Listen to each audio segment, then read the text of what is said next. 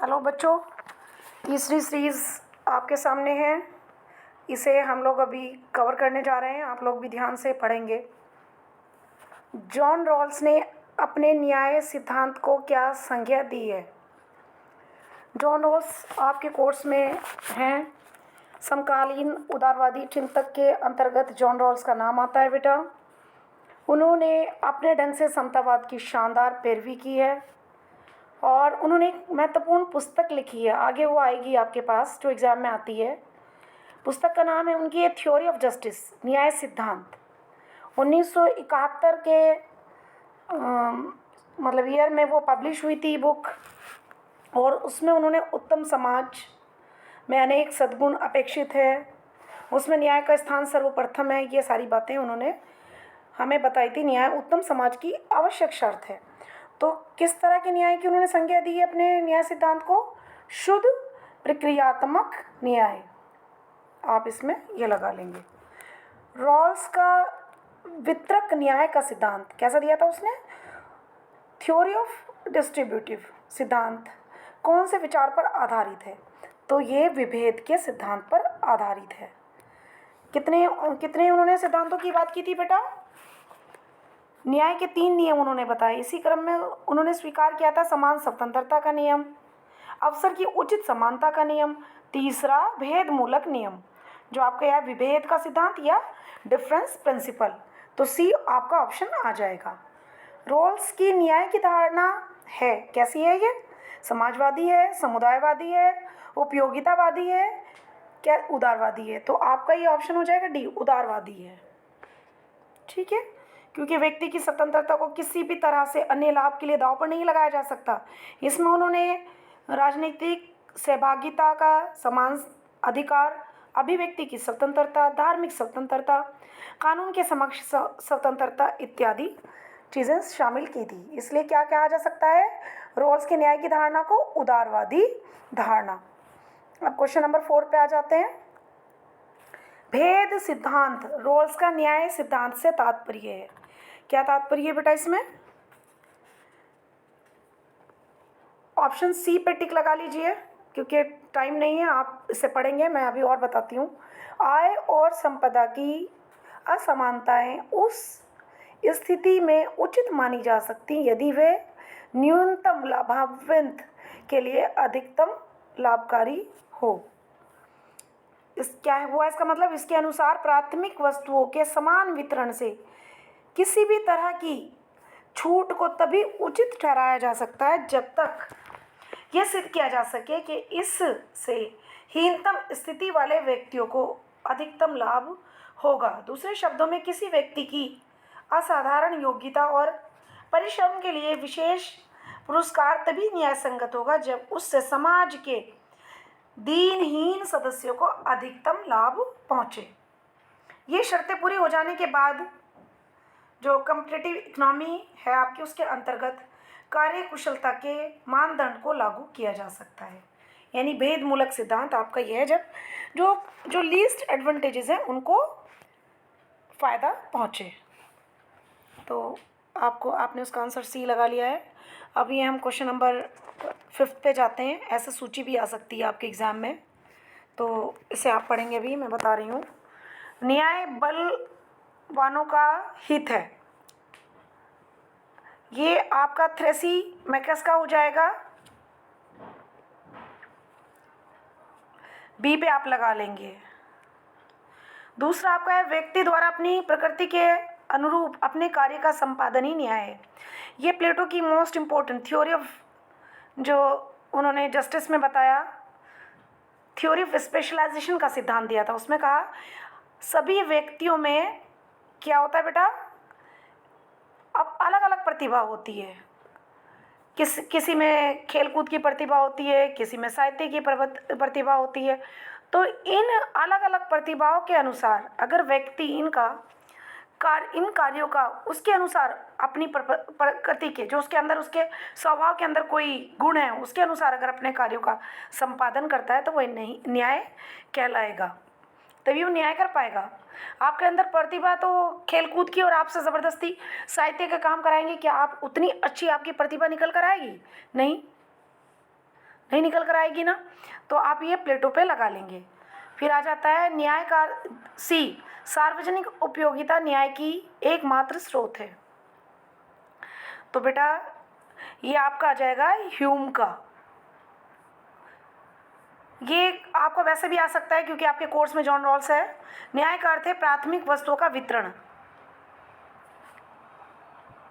ठीक है, आप क्वेश्चन का आंसर देख लेंगे। इसमें ए का हो गया हमारा 2 दो जगह है, बी का हो गया हमारा 3, तो जहाँ 2 3 डी हो जाएगा। एक बार आप इसे मिला लेंगे। ठीक है, किस विचारक ने अपने सिद्धांत में मूल स्थिति और अज्ञानता के पर्दे की कल्पना की है? तो ये जॉन रॉल्स है।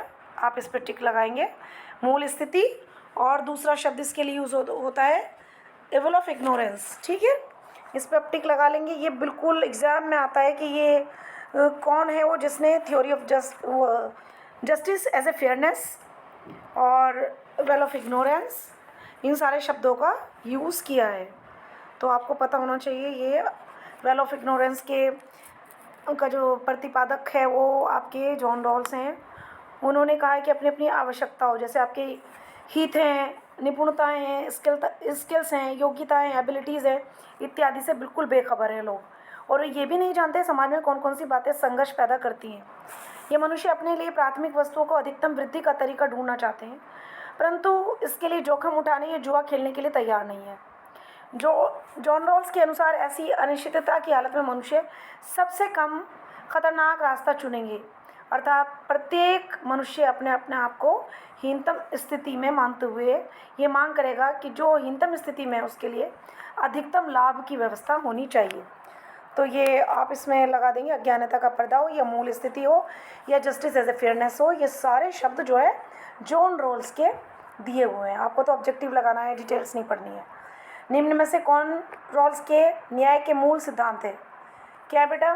भेदमूलक सिद्धांत। आपको खुद ही पता लग गया है कि डिफरेंस प्रिंसिपल भी है, principle of fair equality and opportunity भी है, और प्रिंसिपल ऑफ इक्वल लिबर्टी भी है, यानी अवसर की उचित समानता का सिद्धांत भी है, समान स्वतंत्रता का सिद्धांत भी है। समान स्वतंत्रता के सिद्धांत में वो सारी चीज़ें आ जाती, जैसे आपकी पॉलिटिकल पार्टिसिपेशन है नहीं, राजनीतिक सहभागिता का समान अधिकार है, अभिव्यक्ति की स्वतंत्रता है, फ्रीडम ऑफ एक्सप्रेशन है, रिलीजियस लिबर्टी है, कानून के समक्ष समानता इत्यादि सारे शामिल हैं।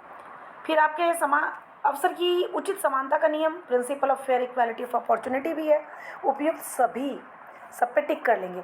अच्छा, ये बहुत इंपॉर्टेंट है, ये ज़रूर एग्जाम में आएंगे और आप मुझे बताएंगे भी। थ्योरी ऑफ जस्टिस की रचना जॉन रॉल्स ने कब की? या तो ऐसे आ जाएगा थ्योरी ऑफ जस्टिस किसकी रचना है? तो जॉन रॉल्स की है। ये भी आ सकता है थ्योरी ऑफ जस्टिस की रचना, जो ये जॉन रॉल्स की रचना है, इसकी ये कब पब्लिश हुई, इसकी क्या कहते हैं उसको, प्रकाशन कब हुआ, जो भी वर्ड आए आप लिखेंगे 1971 में। ठीक है बेटा, इसमें उन्होंने तर्क दिया था कि उत्तम समाज, गुड सोसाइटी में अनेक सद्गुण, वर्च्यू अपेक्षित है, उसमें न्याय का स्थान सर्वप्रथम है। न्याय उत्तम समाज की आवश्यक शर्त है। ठीक है, 1971 आप लगा लेंगे।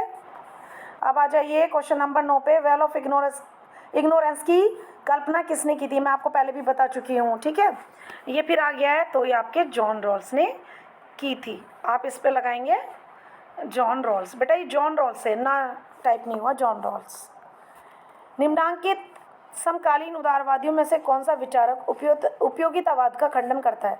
तो बेटा ये समतावादी, आपके समकालीन उदारवादी चिंतक के अंतर्गत जॉन रॉल्स ने अपने ढंग से समतावादी की शानदार पैरवी की है। तो ये कैसे राइटर हैं? आपके समकालीन उदारवादी। ठीक है, और इन्होंने ही उपयोगितावाद का खंडन किया है। कौन है वो?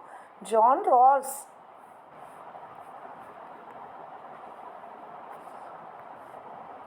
जॉन रॉल्स पे आप टिक कर लेंगे क्वेश्चन नंबर 10 का आंसर।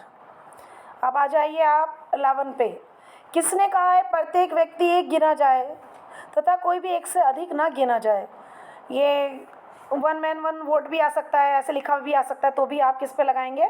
जेरेमी बेंथम पे। बेंथम पे आप लगा देंगे। पूरा नाम उनका जेरेमी बेंथम है। ठीक है, बुक्स में आपको इससे पहले वाली वीडियो में बता चुकी हूँ, जो मोस्ट इंपॉर्टेंट उनकी बुक्स हैं, दोबारा भी आप उसको एक बार रिवाइज कर लेंगे। ओके, अब आ जाते हैं 12 क्वेश्चन नंबर पे। रॉल्स की न्याय की धारणा कैसी है? उदारवादी है। मैं पहले ही बता चुकी, समकालीन उदारवादी चिंतक के रूप में जॉन रॉल्स को जाना जाता है। तो आपका क्वेश्चन आ जाएगा उदारवादी। जॉन रॉल्स के बाद मैं आपको हन्ना अरेंट, ग्रामशी और जॉन स्टुअर्ट मिल और भाई जो भी राइटर बचे हैं उस पर फोकस करेंगे। ठीक है बेटा, अभी आप इसे देख लो जल्दी से। राज्य एक संसार जैसा संसार है जिसे आत्मा ने अपने लिए बनाती है, जिसे आत्मा अपने लिए बनाती है। राज्य एक संसार है जिसे आत्मा अपने लिए बनाती है। कथन किसका है? ये मोस्ट इंपॉर्टेंट कथन है। इसकी एक्सप्लेनेशन मैं आपको इससे पहले वाली वीडियो में भी दे चुकी हूँ। तो ये हीगल है का कथन है। अब आप आ जाएंगे क्वेश्चन नंबर 12 पे, सॉरी 12 पे नहीं, 14 पे। दार्शनिक राजा प्लेटो स्वयं है और रिपब्लिक स्वयं प्लेटो की राजसी सत्ता के लिए दावेदारी है। ये टिप्पणी किसने की है? अच्छा, ये भी आता है कि आइडियल स्टेट के बारे में किसने कल्पना की है? तो प्लेटो ने की है। प्लेटो कैसा चिंतक है? प्लेटो प्रथम यूनानी दार्शनिक है। ठीक है, प्रथम पॉलिटिकल फिलोसफर है। फादर ऑफ पॉलिटिकल साइंस नहीं है, फर्स्ट पॉलिटिकल फिलोसफर है। ठीक है, उनकी एक 3 पुस्तक मोस्ट इंपॉर्टेंट है, रिपब्लिक, स्टेटमेंट्स एंड लॉज। तो रिपब्लिक जो है उनकी न्याय से संबंधित एक पुस्तक है। ऐसे भी पूछा जा सकता है कि रिपब्लिक किससे संबंधित है? तो न्याय से संबंधित है, कंसर्निंग जस्टिस। या रिपब्लिक का सब टाइटल क्या है, उपशीर्षक क्या है? न्याय से संबंधित, कंसर्निंग जस्टिस। तो यहाँ पे आपका जो कार्ल पॉपर ने ऐसा कहा था। ठीक है, किसने दी थी डेफिनेशन? कि दार्शनिक राजा प्लेटो स्वयं है। प्लेटो ने आइडियल फिलोसफर की बात की थी अपनी रिपब्लिक में कि एक आदर्श राजा होगा और वो आदर्श राजा ही एक आदर्श राज्य की क्या करेगा? निर्माण करेगा। काल्पनिक है उनका ये जो वर्णन कर रहे हैं वो। तो यहाँ ये कार्ल पॉपर हो जाएंगे इसका। अब आ जाइए 15 क्वेश्चन पे। हॉब्स का लेविथा राजनीतिक दर्शन की श्रेष्ठ कृति है, ये किसने कहा? ये तो आपको पता ही, लेविथा किसकी पुस्तक है? ये आपके थॉमस हॉब्स की पुस्तक है। ठीक है, उसमें उन्होंने कैसी सॉवरेंटी की बात की है? एब्सोल्यूट सॉवरेंटी की बात की है। ह्यूमन नेचर कैसा बताया? डार्क पिक्चर दी है। Man is selfish, nastic, brutish and short. ठीक है, मनुष्य कैसा है?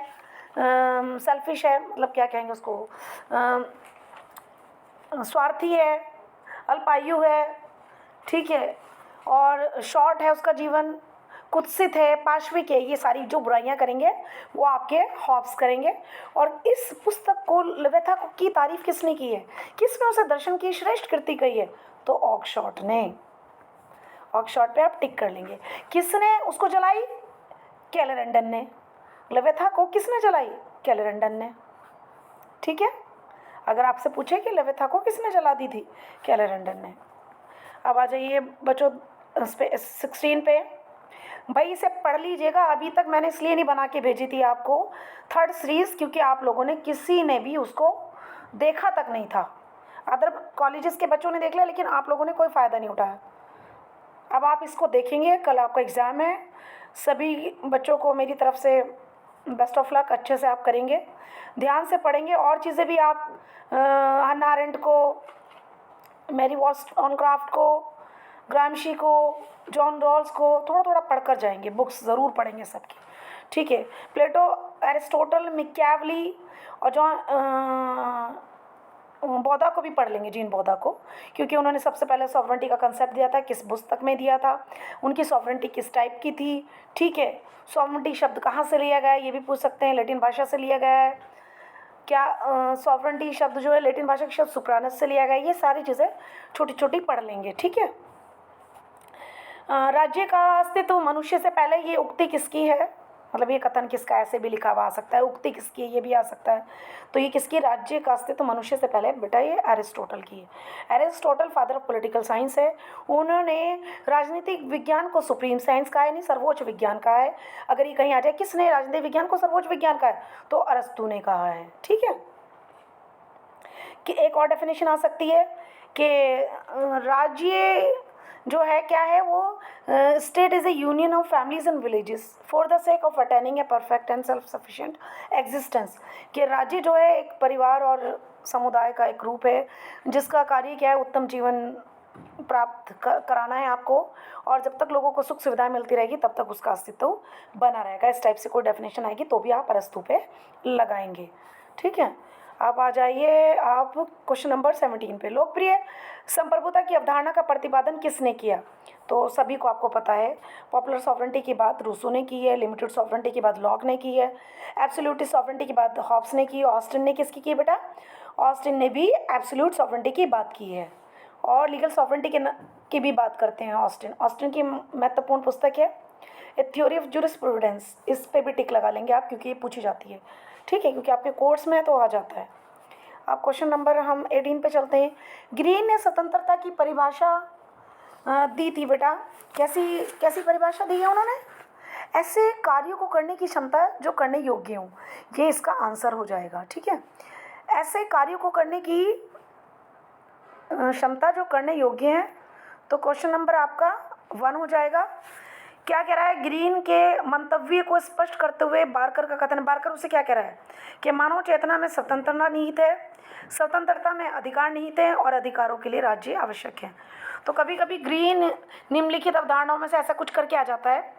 निम्नलिखित अवधारणाओं के विषय में ग्रीन की प्राथमिकता का निर्धारण कीजिए। तो पहले क्या आएगी? चेतना। ठीक है, चेतना के बाद स्वतंत्रता, स्वतंत्रता के बाद अधिकार, अधिकार के बाद आपका राज्य। ये मैं क्वेश्चन आपको दूंगी, यहाँ आप इसे आंसर 1 ही टेक कर लीजिए। ये क्वेश्चन एक बहुत मोस्ट इंपॉर्टेंट है ग्रीन का, जो बहुत एग्जाम में आता है। अभी आप पढ़ेंगे क्वेश्चन नंबर आपका 19। प्लेटो ने अपनी किस रचना में न्याय सिद्धांत का वर्णन किया है? ऑलरेडी मैं आपको ऊपर बता चुकी हूँ किसमें किया है बेटा। ये बुक स्टेटमेंट्स भी लॉस की है, द लॉस भी प्लेटो की पुस्तक है, जिसमें उनके वृद्धावस्था में लिखी हुई पुस्तक है, जब वो रियलिस्टिक हो जाते हैं। ठीक है, जब वो अटोपियन नहीं रहते हैं, जब वो काल्पनिक नहीं होते हैं, जैसे वो आइडियल स्टेट के टाइम में थे, जब रिपब्लिक लिख रहे थे, जब वो स्टेटमेंट्स लिख रहे थे। लेकिन यहाँ लॉज में वो लॉज पर, जस्टिस के बजाय लॉज पर इम्पोर्टेंस देते हैं। तो यहाँ कौन सी पुस्तक में किया था उन्होंने न्याय सिद्धांत का वर्णन? तो रिपब्लिक में। ऑन लिबर्टी किसकी पुस्तक है? जॉन स्टुअर्ट मिल की है, 1859 में पब्लिश हुई थी। ठीक है, ये भी आप याद रखेंगे, 1859 में। अच्छा जी, ये आ जाए मानव, ये आ गया बेटा। मानव चेतना स्वतंत्रता की मांग करती है, स्वतंत्रता का संबंध अधिकारों से है, अधिकार राज्य की मांग करते हैं। अभी मैंने आपको कुछ बताया था ऊपर, तो ये नीचे लिखा हुआ आ गया है, आप इसमें ग्रीन पे टिक लगाएंगे। ठीक है, सीक्वेंस में भी एग्जामिनर पूछ सकता है, वो लिख देगा ऐसे आपके सामने, स्वतंत्रता, चेतना, स्वतंत्रता, अधिकार और राज्य। आपको सीक्वेंस में लगाने में बोलेगा तो फिर आप बताएंगे चेतना है, स्वतंत्रता है, अधिकार है, राज्य है। ठीक है बेटा, इन सबको याद करिए जल्दी से। फिर जैसे ही मुझे टाइम मिलता है तो मैं आफ्टर लंच फिर आपके लिए एक और बनाती हूँ, जो मौका लगता रहेगा। लेकिन आप इससे हाथ के हाथ पढ़िए, ज़्यादा टाइम वेस्ट नहीं होता, मुश्किल से 10 मिनट होते हैं, इन्फॉर्मेटिव है आपके लिए। और देखिए, अगर इसमें से आपको 50 क्वेश्चन भी मिल जाते हैं 100 क्वेश्चन में से, तो बहुत बड़ी बात होती है। ठीक है, ओके, बेस्ट ऑफ लक।